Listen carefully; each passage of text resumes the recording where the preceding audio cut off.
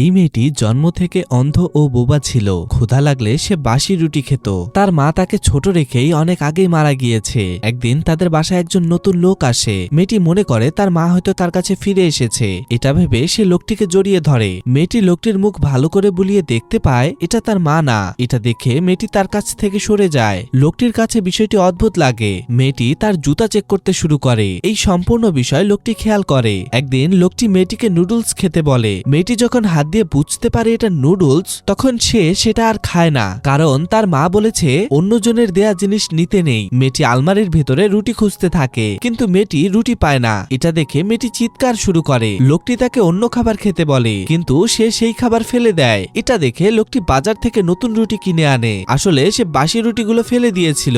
মেয়েটি রুটি দেখে অনেক খুশি হয়ে যায়। কিছুদিন পর মেয়েটি নুডলস খেতে শুরু করে। তাদের মধ্যে সম্পর্ক স্বাভাবিক হতে শুরু করে। এখন আর মেয়েটি লোকটিকে ভয় পায় না। একদিন রাতে মেয়েটি লোকটিকে জড়িয়ে ধরে ঘুমিয়ে পড়ে। হুট করে এক রাতে মেয়েটি অনেক বমি করে। এটা দেখে লোকটি তাকে তাড়াতাড়ি হাসপাতালে নিয়ে যায়। লোকটি সারা রাত মেয়েটিকে দেখাশোনা করে। লোকটি মেয়েটিকে কিছু খেলনা দিয়ে অক্ষর জ্ঞান শেখাতে শুরু করে। সে হাতের তালুতে যা লেখে মেয়েটিও তা লিখে দেয়। এটা দেখে লোকটি অনেক খুশি হয়ে যায়, কিন্তু তাদের এই খুশি বেশি দিন টেকে না। একদিন তাদের বাড়িতে কিছু লোক এসে বলে এই বাড়িটি বিক্রি হয়ে গিয়েছে। এটা শুনে লোকটি মেয়েটিকে এতিমখানায় রাখতে চায়। সে মেয়েটিকে একটি বাসের ভেতরে তুলে দেয়। মেয়েটি যখন বুঝতে পারে লোকটি তাকে রেখে চলে যাচ্ছে, এটা দেখে সে জোরে জোরে কান্না করতে থাকে। লোকটি মেয়েটির কান্না দেখে তার কাছে আসে। মেয়েটি তার হাতের তালুতে বাবা নাম লেখে। এটা দেখে লোকটি মেয়েটিকে জড়িয়ে ধরে এবং মেয়েটিকে তার কাছে রেখে দেয়।